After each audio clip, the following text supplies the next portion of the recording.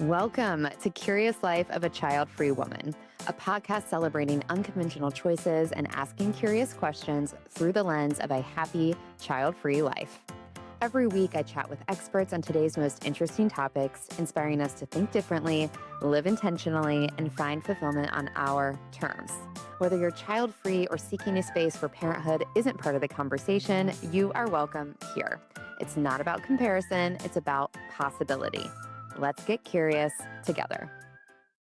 We talk a lot about physical health and mental health, but what about social health? The strength of our relationships, the quality of our connections, and the sense of belonging we feel all play a huge role in our overall well being.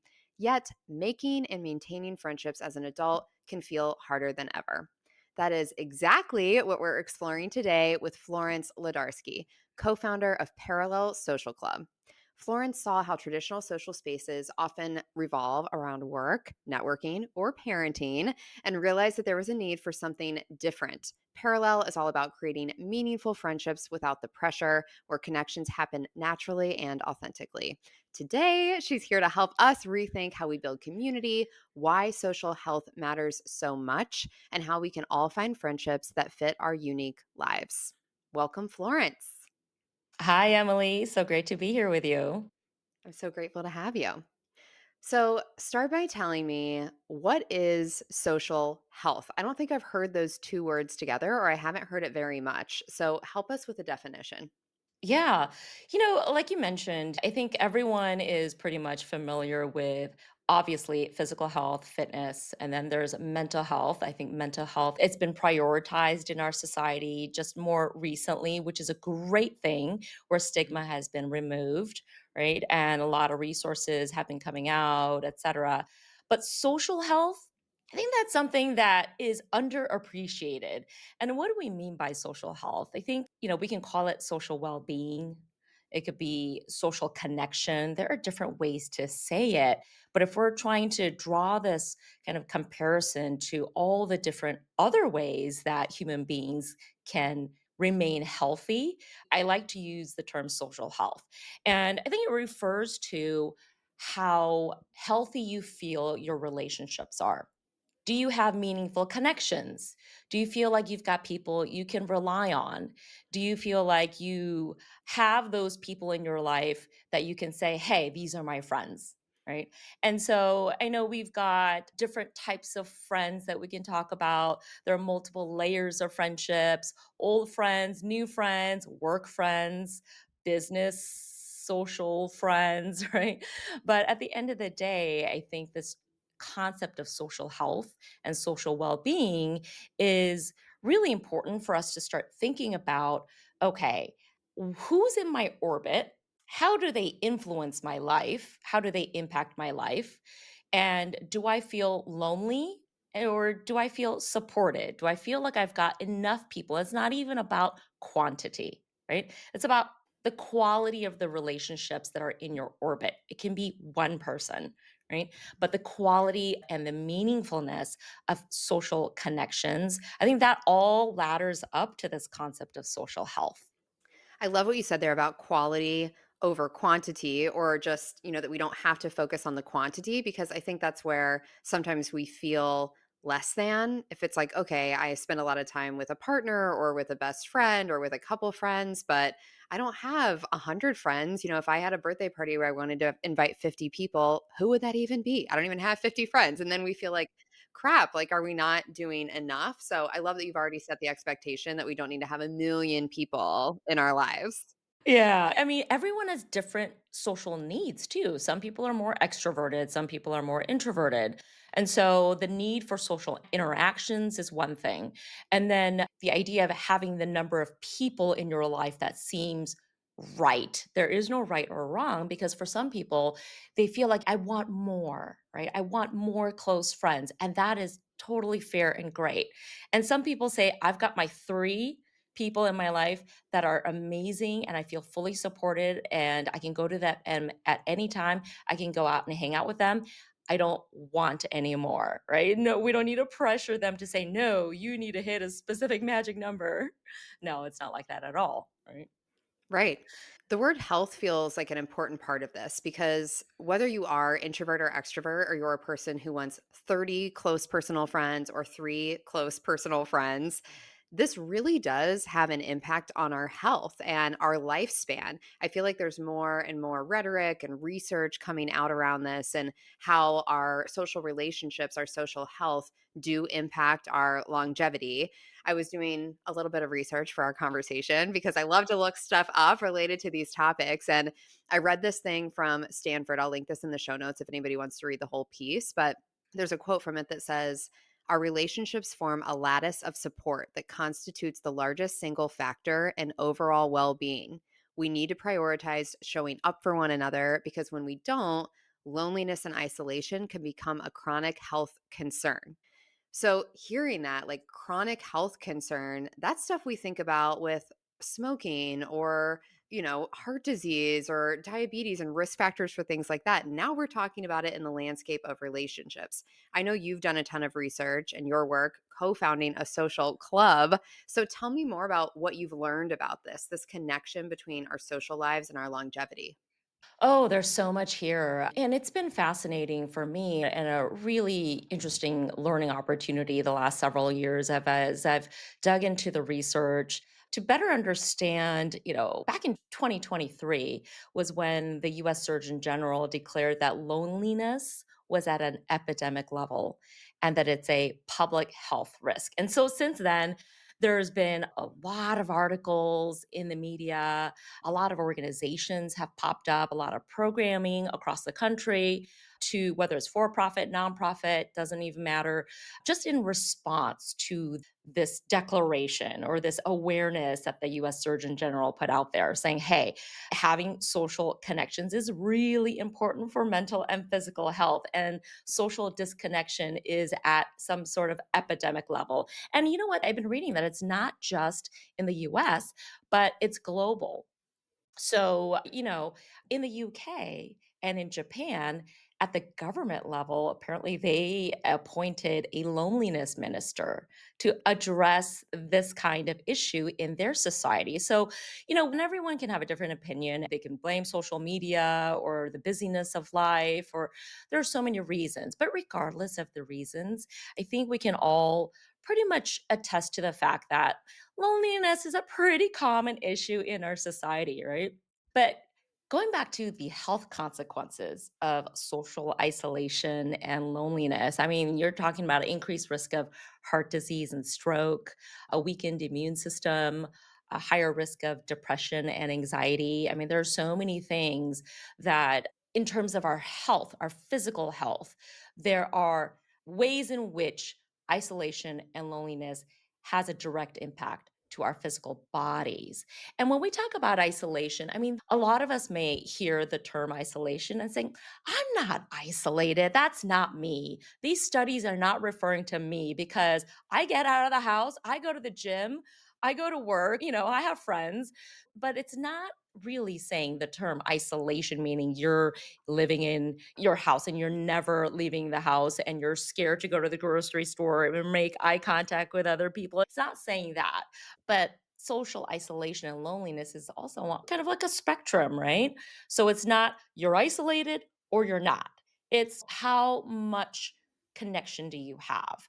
And so one of the things that struck me was a longevity study conducted by Harvard. It was the longest running study. I think it spanned about 85 years. And the question was, what influences aging and longevity, right? And they did this study to better understand what factors contribute to healthy aging and longevity. And so they found that, what leads to happiness in your older years, what leads to you living longer, it wasn't diet, exercise, money, your career happiness, a lot of the things that we may think about when we think about happiness and old age. And of course, diet and nutrition, be really healthy if you want to extend your longevity. But actually, this study found that the single most consistent factor that led to a happy life later on and that led you to live a longer life was having close, supportive relationships, meaningful connections, right? Isn't that wild? It's amazing. Everyone can look it up. It's a study conducted by Harvard. They spanned multiple generations in this study. And having supportive, close, meaningful relationships is one of the strongest predictors of longevity. So, said another way, we can say friends help you live longer and live happy. Let's just leave it at that as a soundbite, right? Seriously. Okay. So many things that I want to dive into. That study is amazing. It's fascinating that we are sort of just understanding this now because to your point, the things we do typically focus on when we think about success or happiness or feeling fulfilled in our later years, a lot of people will talk about family. A lot of people have a family. You want certain levels of advancement in your career. You want a certain level of financial freedom or financial security, all these benchmarks that the study is showing, not that those are unimportant, but that we're missing the most impactful piece without considering the personal relationships. And just hearing that the depth of support and connectedness with other people can have an impact on your likelihood of having a stroke, right? Like, we're just such social creatures. This is making me think like we are animals, and we don't think of ourselves that way, but like clearly we're not meant to exist in solitude. Yeah. Last year we had a speaker event and we invited a physician to be our speaker to talk about this topic of the science of friendship and its impact on our physical bodies and our physical health, right? So let's hear from a doctor who studies this stuff. And so we brought him in and we talked about this concept of how social health and your sense of belonging, your sense of connectedness to other people, how that actually impacts your physical body. And he gave all kinds of examples. And, I won't go into the details of his talk, but I think what was interesting was that the people in the audience and their reactions. And they were thinking, okay, what I'm hearing from you and the examples you're giving me really makes common sense, but I never really thought about it in that framework, right? And so the thing is, in society and in the media, in our culture, everyone knows about fitness and its connection to our physical health. It's obvious. And of course, the mental health piece has been having its day in the light the last several years. Now, I wonder, when is it time society and our culture starts to put a magnifying glass on this concept of social well-being? That's what we're trying to do, because social health and social well-being, I've just heard over and over again by physicians, from the research, and in the comment sections of various forums online, of people saying, I don't have any friends. Where do I go find them? To, I wish my friendships were a little bit deeper because I know a lot of people, but I'm finding that those relationships don't have a lot of depth. And what really is a challenge that I think a lot of us can agree to is that adult friendships are really hard. They're really hard. It was much easier when we were younger, when we were kids, or when we were in college or school, or even when we weren't working from home and we were going into the office all the time pre COVID. I call them social containers. In the past, there were more social containers: college, school, if you were a part of some sort of club, if you're a part of a church or some sort of cycling club or anything like that, or hiking club, then these organizations or structures or programs or settings provide somewhat of a social container to bring people together, right, in proximity, causing people who are like minded, have similar interests to come together, or maybe they're in a similar life stage going through the same life milestones. For example, when you're in college, everyone you're around is going through the same experience, right? So these social containers exist. And then we get into the workforce and we move about the country or the world. And, social media is great for keeping us connected to people that we don't have proximity with. However, these social containers are a lot more fluid or gone altogether. So then adult friendships present a whole new set of challenges. A lot of these conversations that I'm having with different people in their 30s and 40s, and especially for those who don't have children, start, paying more attention to this concept of, adult friendships are already hard as it is. But you layer on, if you don't have kids and you're of a certain age, right? Let's say you're married and you don't have children and you're in your early 40s, and most of the friends or people in your peer group do have kids. And they have a social container, such as a little league where they're meeting other parents or school parents, the PTA, their kids, friends, parents become kind of that social container that provides an opportunity for you to meet people who are going through a similar life stage, who have similar lifestyles, right? And your kids are going through very similar milestones and you have a shared experience there.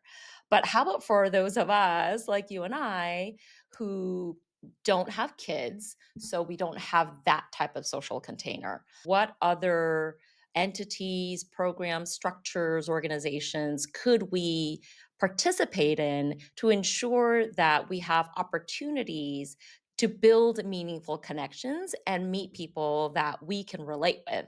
So that's one of the things that's been a constant thought in my mind. Yes. This is why I love the work that you're doing so much because I clearly relate to this as a child-free person, and I've thought a lot about, like, entering adulthood. I'm 38, so I guess technically I entered adulthood a long time ago. I'm just now accepting it. I feel like some of those social containers that you mentioned, and that's such a good way to put language to this concept that, we all say, "Oh, it's hard to make new friends when you're an adult," or "It's hard to keep in touch with friends." I think a lot of it is rooted in what you just said. Some of these social containers fall away. And I've thought about, like, okay, what do I even want to be doing with friends now? I think we still kind of have some of those in your 20s, like bar culture, right? That was a part of my 20s. Like, you meet people at the bar, people are at the bar. That's what's happening. And maybe you don't want that lifestyle for the next 60 years. So you start thinking, okay, well, where do I go to meet new people if I want a few more friends, or if I want to take my relationships with the people I have or new people to the next level, go a little bit deeper, less surface kind of cocktail hour stuff. Where do I go? So tell us, what is Parallel Life Club? What is this concept and what inspired you to start it? Oh my goodness, the journey has been an interesting one. So, Parallel Social Club has been a journey that we've been on since last year, 2024. But let me take it back to 2023. After my husband and I went through our IVF journey and we made a decision, you know what, we're going to remain child free and we're going to embrace this life of being dinks and live a kick ass life. Right. And at that time, I would say it was during COVID, and everybody was experiencing loneliness, or even if they weren't because they were keeping up with their friends virtually, people were socially isolated because it was COVID. Well, when everybody else was coming back out of COVID and so happy to meet their friends and go out to dinners again and hang out and socialize, my husband and I stayed in hibernation for an additional 18 months, or I would say even up to 2 years after everybody else came out of hibernation, COVID hibernation. And that was because we were going through our IVF journey. And at that time, we couldn't get COVID. And so we said, okay, while we're in medical treatment, we have to basically be in a pod with ourselves, right? So once that was all over, we came out of hibernation, came out of our place and looked out into society and said, we are so ready to have this robust social life. And then we looked around, and it's been a few years at that point, right? Since we had that kind of a normal social life. We set out, at the top of the year to have these goals. Or we want to build these amazing friendships. We want to go travel with friends and we want to do brunches and go out and experience all that life has to offer. And then we realized that most of our friends have kids. And so they were busy. And it was so tough to get on their social calendars. Even to get together with my girlfriends, it would take about 2 months to get something on the calendar because of kids' birthday parties and soccer practice and all kinds of things that were going on. And those who are doing the parenting thing, their priorities are very different than those who are not doing the parenting thing. And so we looked around and said, okay, I think we need to add a whole nother layer of friends that are also living our similar parallel lifestyle. Because if we want to be able to spontaneously say, hey, this weekend, who's around? Let's go out to brunch. Let's go catch a movie, right? Doing the parenting thing, their schedules are not as fluid and flexible. So we said, okay, let's look out and see who we can go hang out with more flexibility and freedom and not have to go home early because they have to relieve the babysitter. And then we realized, well, where are all those people? The media tells us that there are a lot of child-free people, a lot of dinks, those terms were trending in social media and on TikTok, et cetera, especially during the pandemic. And we thought, wow, I thought that there were a lot of people who are living this lifestyle, but where are they? So then we started thinking, should we start not a dating app, but like a friend finder app to find those who are also in their 30s and 40s who are, not doing the parenting thing. And we said, okay. And then it evolved over time as I dug into the research and discovered that there were a lot of common experiences that people were having in this age group who were child free, childless, whatever term you want to use, just not doing the kid thing. We thought there's an opportunity to bring people together. Right. And so we launched Parallel midsummer last year, and we soft launched it amongst the people that we knew in Los Angeles. So Parallel Social Club is a social club, and it's a membership community designed for those who are not doing the parenting thing and who are living the kid free lifestyle. And there are a lot of clubs out there, a lot of networking groups out there. I live in Los Angeles, so if you wanted to go to a social event, you can go to 10 every single day. There are so many options here, right? And I bring that up because we do host in person events. We're not an online community because we want to bring people together face to face. I think what people are craving these days post COVID is that face to face interaction. People want to connect beyond digital and virtual, right? People are sick of Zoom. So we want to bring people together. And once we started exploring how to bring people together, it was through events, through dinners, happy hours. We'll go do fun things out in the city together. But like I said, if you just wanted to go to an event, there are so many options. We wanted to build a sense of community with Parallel, build meaningful connections. And so we started digging into this concept of asking ourselves, what are the factors that lead to meaningful connections? Because just because you go to some happy hour doesn't mean that you're going to build good social connections, right? There's a lot of research out there that says you need X number of hours and X number of interactions with a person in order to consider them a friend, and then X number of hours and interactions to consider them a close friend, right? There's proximity, there's number of hours, there's the quality of interactions. So we took all that into consideration and we built and designed Parallel to provide opportunities for meaningful connections to happen. So we have an app, we have events. People will meet each other at events. We'll host between 5 to 7 events per month, which means every week there's an option for people out there. Everyone's living a very, very busy life, especially since our sweet spot is for people who are in their 30s and 40s. We have some who are in their early 30s, some who are in their early 50s, but a lot of us are in our, mid 30s to late 40s, and we're in a certain life stage. A lot of us are not going out to the bars, and going to the clubs and staying out till 2 in the morning. I eat dinner early, like at 6 o'clock. Same. I'm in my mid 40s and I like to, go to sleep by 10:30. Agreed. It's the best. Getting Karen sleep by 10:30 at the latest. Yes.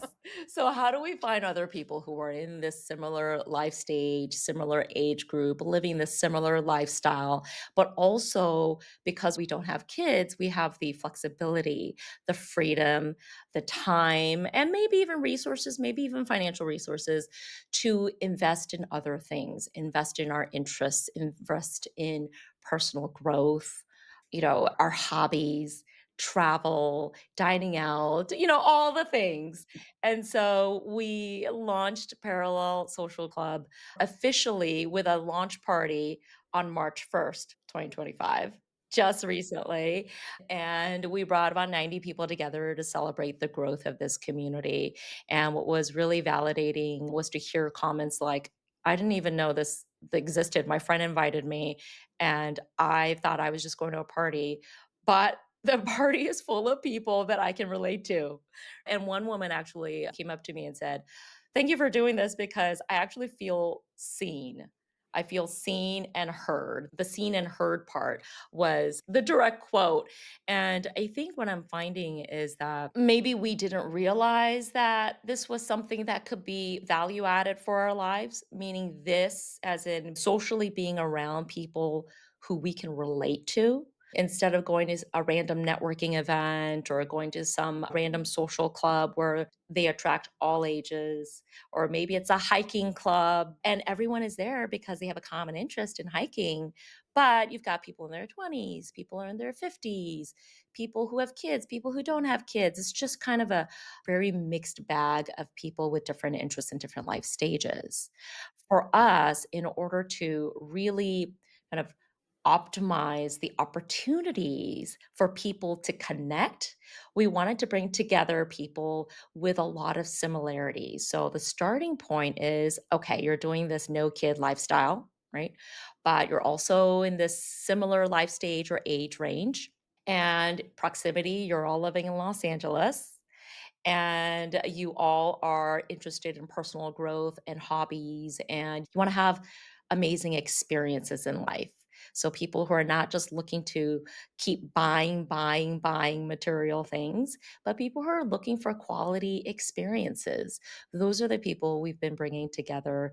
And this has been one giant experiment, Emily. Florence, it's working. Even if you have commonalities, everyone's really different. And so you bring a bunch of people who are different together in a social setting to meet in person. It is an experiment, but like you said, it's been working. It's been thrilling to see the connections that people have been making. I'm thrilled for you. And I know it's been a journey and things are kind of kicking into a whole new gear, even this spring, as we have this conversation. But there's so much value in what you're doing. And I loved meeting you when we initially connected for many reasons. I love that you have used the word parallel because it isn't about comparison, right? This is just a different way to live life, child free, childless, no kids, however we describe it.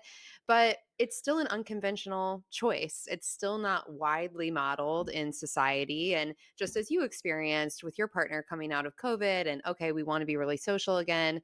And you look around and you're like, wow, most of our friends or many of our friends are in this specific life phase that we're just not in. So thinking about social containers, it's not only nice to spend time with people who you can immediately relate to because we're on this same life path of not being parents, but it is validating to be around others who have made that same choice. And I'm not surprised that people are attending your events or interacting with Parallel and saying, I feel so seen and heard because there are so few places that are dedicated to this lifestyle. Yes, we hear it in the news and we see charts that say less people are having children, but it doesn't always feel that way in our day to day lives. So, bringing people together in person. And I love that everybody is so different, right? That's the beauty of it. And getting to meet, of course, we have this one thing in common, but there's so much nuance and so much to be explored when we build these new relationships. So, I'm curious, tell me more about the events that you hold because just hearing, I'm in Chicago, you're in LA, we need more chapters of Parallel. So we'll say that. It's coming. Okay, good. I want to be part of it. But just hearing it, I'm like, "Oh my gosh, like, I wanna go," right? Because it is so rare to have something that's sort of dedicated to non-parents. But beyond that, we're all very busy, our schedules are slammed, even if we don't have kids. How do you craft events that feel really special and compelling, knowing that your target audience wants amazing experiences and they don't just want surface level? What are you doing with these 5 to 7 things a month that really entices people? Yeah. Sometimes people will say 5 to 7, who wants to go to 5 to 7? Everyone's busy. No one can go to 5 to 7 events per month. And we say, no, no, no. Where the expectation is not that everybody attends all of these events. We say 5 to 7 because we want to give people options, right?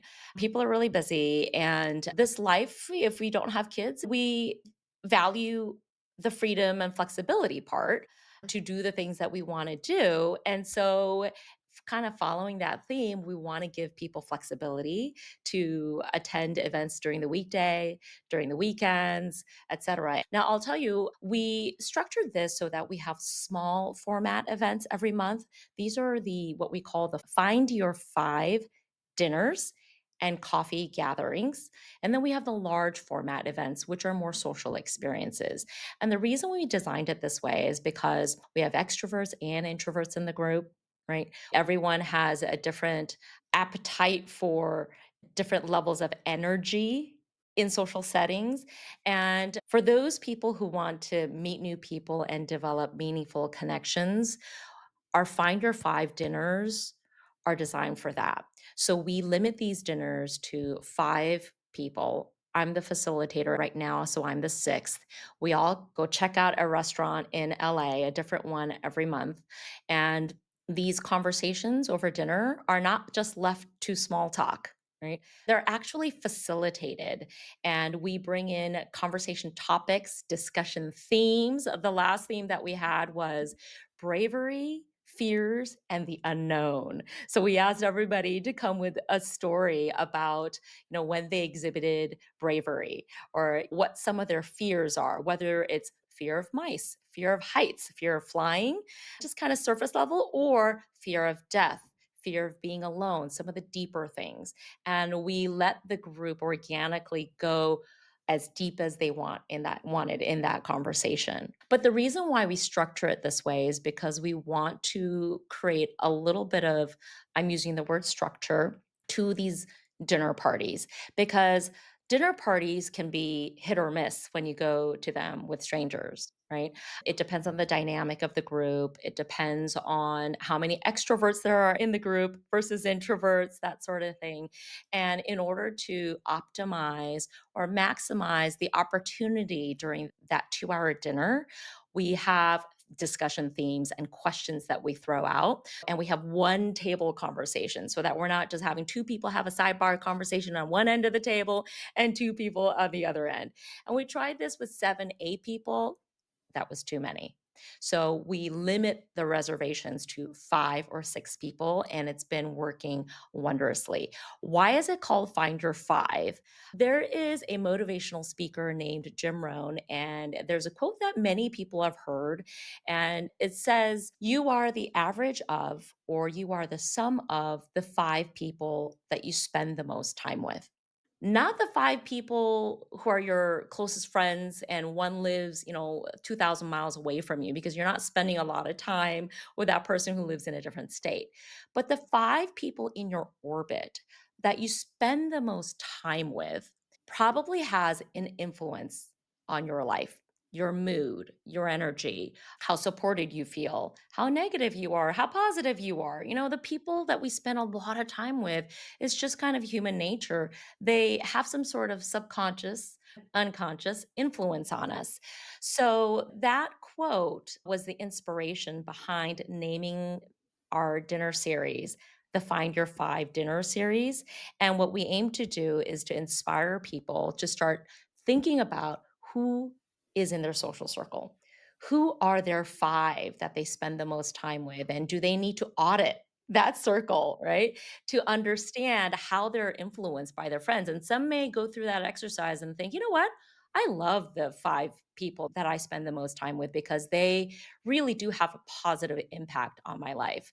And some may say, I think about the 5, and I think I probably need a couple more, or I need to edit that 5.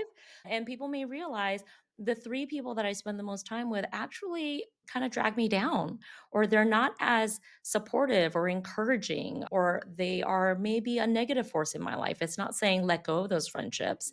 It's about just thinking about who you spend time with and having an awareness about how the people around you in your orbit and in your circles actually have an impact on your life. It's not that the expectation is that you'll become BFF with everyone in the club or everyone who's at that dinner table.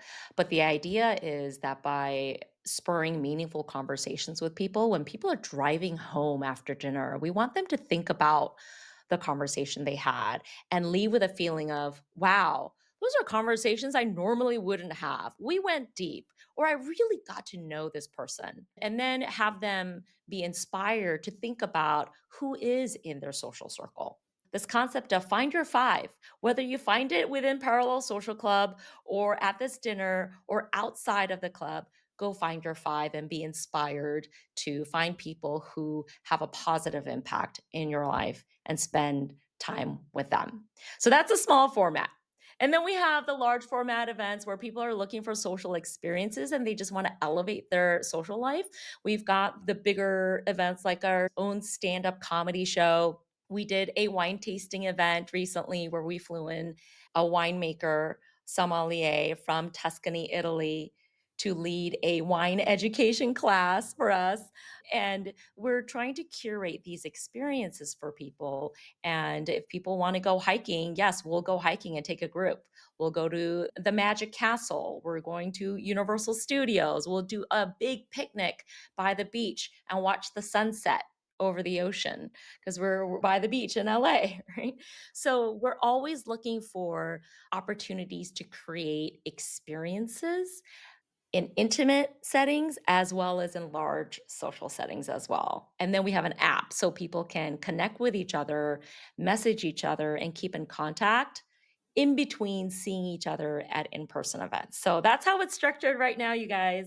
And again, I said this is an experiment. We're learning all the time as to what makes people tick in terms of social connections, what types of settings can help optimize and maximize opportunities for people to establish meaningful friendships. So much of what you're talking about feels like intention, right? Like back to this idea of quality over quantity and the way that we want to build and boost our social health, especially after hearing this conversation and realizing that it's so important for everybody living in LA. Obviously, sign up for Parallel, and I'll be sending this to all my LA friends. But I think there are a lot of takeaways here that we can all use no matter where we live and whether we're an introvert or extrovert, and thinking about how we interact with people and we build our social networks with intention. What you shared about those 5 people, I do think for a lot of us, there's, probably room to edit or maybe add somebody in if you realize, wow, like one of the 5 is my boss. And I don't really love that, but I also can't change that. So how can I inject more, someone else that I'm spending time with on the weeknights and the weekends? Like, how do I find those people? And I think there are probably some people listening, like, I don't even know where to start to like set up a table of 5 and come up with this cool theme, but do it with one person. Like, find one person that you can invite out for coffee or a cocktail or a dinner. And you don't have to make it a formal thing, but think about what's one thing that's sort of interesting I could bring up, or a question I could ask this person that's not just, what do you do and where are you from? Like just approaching these interactions with a little bit of intention, even if it starts with one, and then maybe you form a relationship there. And then, okay, like let's invite a second person to go have coffee with both of us. I just want to encourage people that I think we can all do this in a way that doesn't require us to have party planning skills. And I want to attend like the events that you're talking about, right? I want to attend those too. And I think most of us, if we just do a little bit of research, there's probably something in the town where you live where you can try something new, go to a wine tasting, go to a cooking class, push your comfort zone a little bit. But even those intimate interactions, I think that intention can make them feel so much more natural and less of like a big scary thing, just inviting one person to spend some intentional time together. Yeah, Emily, I love that you use the word intention because that's what we need in adult friendships because well, like we said, adult friendships are hard, right? Establishing new friends in a new city if you move, it's really hard. And so it takes intention, it takes effort. So we have to get off the couch, we have to get out. And a lot of us as we get older, we just want to be home and on our couch and watching Netflix, right? Yes. It's so easy. If there's a takeaway, I would say, let's do this for our future selves. Because when we're 60, 70, 80, at the top of this hour, we talked about how social well being is connected to our physical health and our longevity and future happiness as we age, right? And so, if that's the case, let's practice social well being now. If whoever's listening in their 20s, 30s, 40s, 50s, let's practice it now before we hit 70 and 80 so that we are not practicing when we're 75. So do it for, I say, let's do it for our future selves and make the effort because it does take effort as an adult now because the social containers are gone. And maybe one of the other things that we can all do is this idea of prioritizing and thinking about it can lead to action. So if we're thinking about things, maybe we can go through an exercise of auditing our social circles and just asking ourselves the question of what does that look like? What does my current social circle look like? Maybe some of the questions we can ask is who do I go to if I have an emergency? Who can you go to if you had a bad day? Or who can you go to for advice on various topics? Because you go to different people for different topics. And who can you call if you just wanted to go to dinner and have fun, not talk about anything serious, but just have fun and relax? And I think different people have a different purpose in our lives, and that's okay. But the more we can have or more we can pay attention to these types of questions and think about it more actively rather than having our social life be a passive thing that we don't even audit, we don't analyze, we don't even think about. The more we intentionally think about it to invest in our future selves, I think we'll find that our 70-year-old selves will say thank you to us. I think so too. If I think it's sounds like work to get off the couch and do it at 38, I can't imagine how I'll feel at 78. So I'm definitely gonna thank myself for focusing on this now. And I love those questions thinking, okay, who are the people I can call for these certain pieces of my life that I want support with?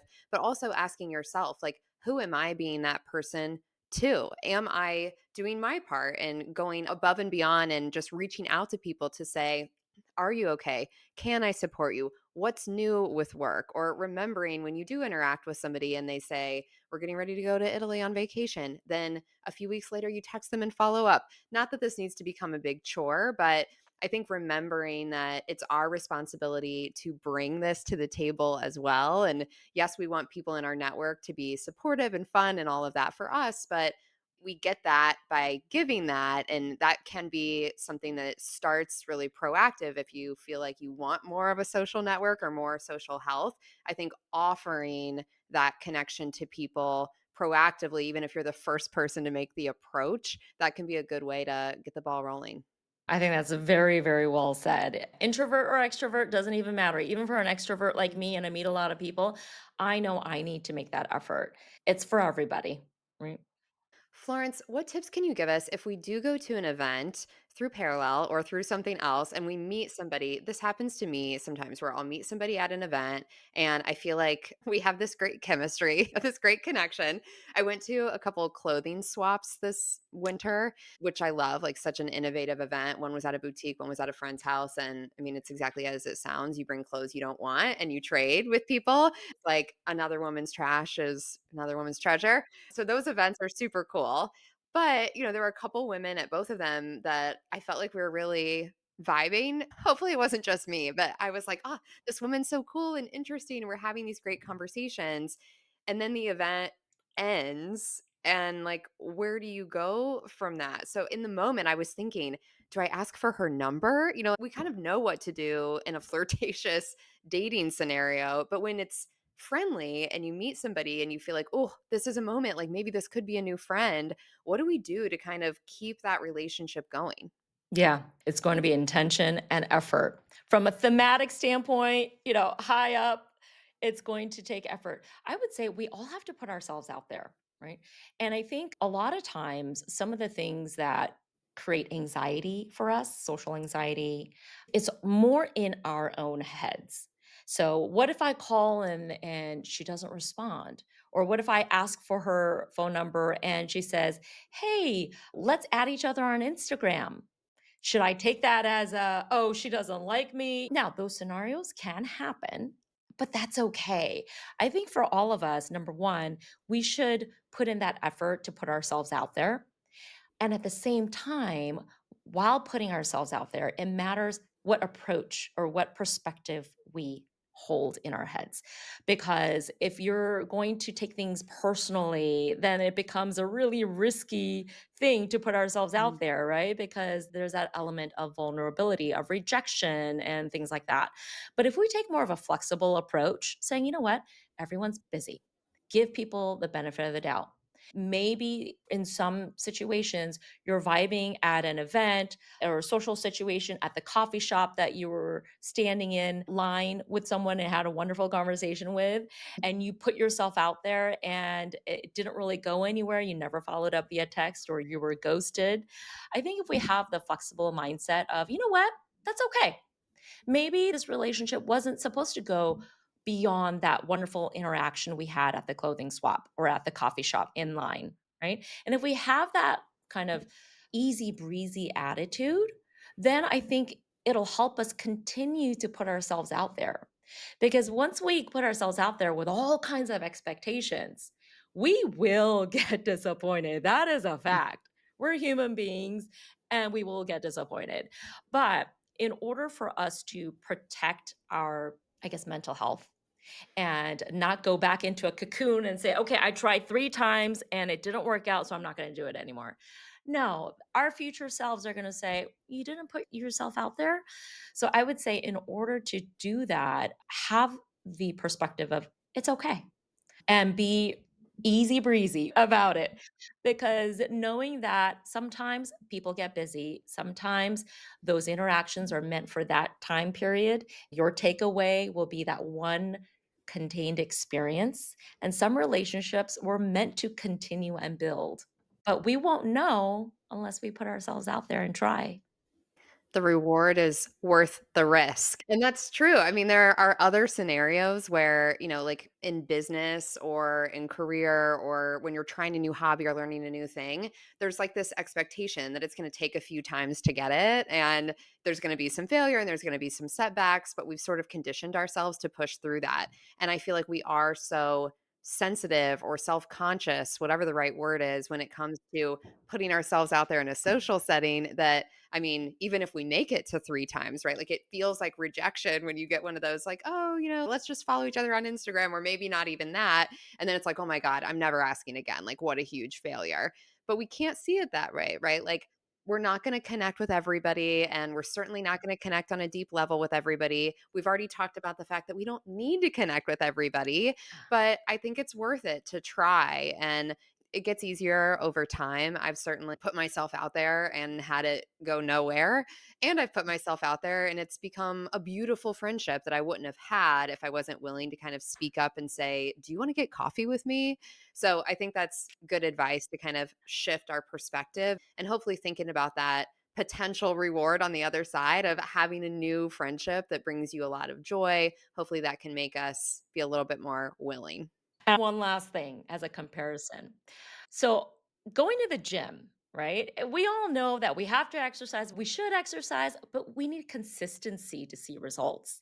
I've been going to the gym consistently for a year and a half, and I was saying, where are my guns? These arms, you know, where are they? And I was talking to one of the trainers, and he said, well, are you being consistent? And I said, well, I've been coming to the gym for a year and a half. He said, but what are you doing at the gym? And I realized I wasn't being consistent with certain exercises to get the outcome that I wanted. It takes effort to do that. I hate going to the gym. It takes effort. Mental health, we have to coach positive self talk, coach ourselves, be around positive people, go to therapy, whatever the tactic is. We sometimes need to work on our mental health, turn off social media, turn off the news media in order to protect our mental health. Same thing with social health. We have to put in that effort, and there's got to be an element of consistency. And sometimes we don't feel like going to the gym. Sometimes we don't feel like, you know, being positive today and protecting our mental health. We don't feel like being social or putting ourselves out there. But the more consistent we are, the more effort we put in, knowing that this is going to be good for us in the long run, I think that is something we can practice and we can exercise our social skills, right? And then we'll get better over time. Hopefully, we'll see the outcomes that we're looking for. Such good advice and good mindset shifts. One more question for you. I feel like so much of what we're talking about with parallel and with social health in general relates to personal fulfillment in the long term of our life and in the immediate term of our day to day existence and our interactions. A huge part of this podcast is reinforcing for people that personal fulfillment can be found on our own terms and it doesn't have to look like societal standards or what we see other people doing. So I would love to hear from you. What does a fulfilling life look like and mean to you? I am an extrovert. For me personally, I want to have fulfilling, meaningful relationships. That's one of the reasons why we started Parallel Social Club, but it's something that's been top of mind for me for decades. That I think a healthy social health is so important. I haven't always been good at it, but I'm always aiming to improve and study it and practice it because I know that for me, it makes me really happy when I'm able to connect people to each other and when I'm able to personally connect with an individual. It brings me joy. So that is a part of what fulfillment looks like for me. And also having a sense of purpose and feeling like I'm making some sort of difference.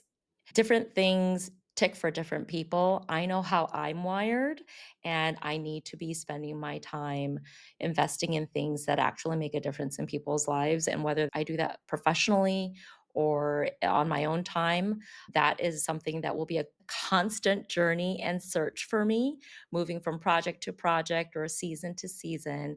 That is what will provide fulfillment for me. Beautiful. I'm working on it every day, Emily. We all are, and we're doing it together through this. So, thank you so much for coming. Thank you for sharing. Thank you for what you have created with Parallel. I feel like it's the start of a movement to help us all improve our social health and to gather with others who are living this parallel life. So, for everybody who would like to learn more and connect with you, where is the best place for them to find you? We're on Instagram at Parallel Social Club. We also have a website we'd love for everyone to visit, parallelsocialclub.com. And if you want to be notified of various events that we're doing in LA, or even if you're not in LA and you want to keep updated on what's going on in terms of pop up experiences we might have in your city, sign up for our email newsletter. If you subscribe there, you can get a better sense for what we're up to, how we're expanding, what we're talking about, etc. So I hope that you'll connect with us there. Thank you so much. Thank you, Emily. Thank you for listening. Now I want to hear what you learned. DM me on Instagram at Curious Life of a Child Free Woman or leave a review with your top takeaway. These ratings really do make a difference. If you're not a member of the Curious Life Club yet, you are invited. Visit CuriousLifeOfAChildFreeWoman.com to join the conversation, share suggestions, and be first to know the next curious topic. I appreciate you, and I'll see you next week.